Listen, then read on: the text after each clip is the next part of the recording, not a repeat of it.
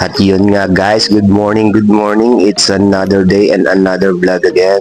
Ngayon ay Holy Week, samahan nyo kami at ngayong araw ng Sabado de Gloria, samahan nyo kami ng aking family. At samahan nyo kami para mag-unwind. At yun, napa-English na naman.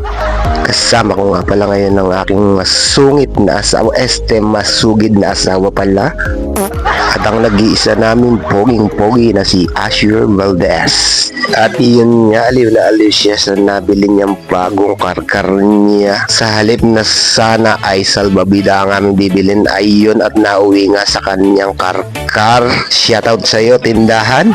At dyan nga ay nakatapos na kami mag-setup ng tent at pumasok ng aking baby Asher at dun na raw siya maglalaro ng kanyang karkar.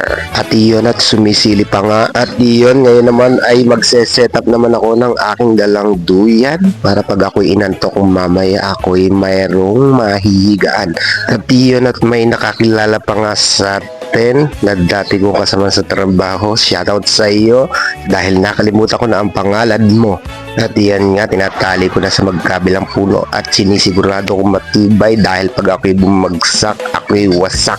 Wasak na wasak ang puso ni Nasty Mac. At iyon, napakanta pa nga ako.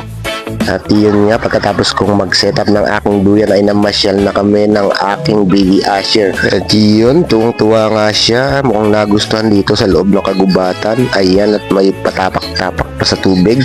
Tingnan siguro kung malamig ang tubig. Ayun, at bumalik na naman kami sa dulo ng tulay para pumunta sa kabilang pangpang. At yun, napunta na nga kami doon sa may dulo. Yun, at aliw na aliw nga ang baby Asher ko sa kalalaro ng buhangin. At iyon na nga, pagkatapos niya maglaro sa buhangin ay nagtampisaw na nga sa tubig ang aking baby poging Asher. Ayun, at hindi na alam kung ano ang gagawin, pabalik-balik at kung ano-ano ang mga pinupulot sa ilalim ng tubig. Ayan, at tinatawag pa ang kanyang mama.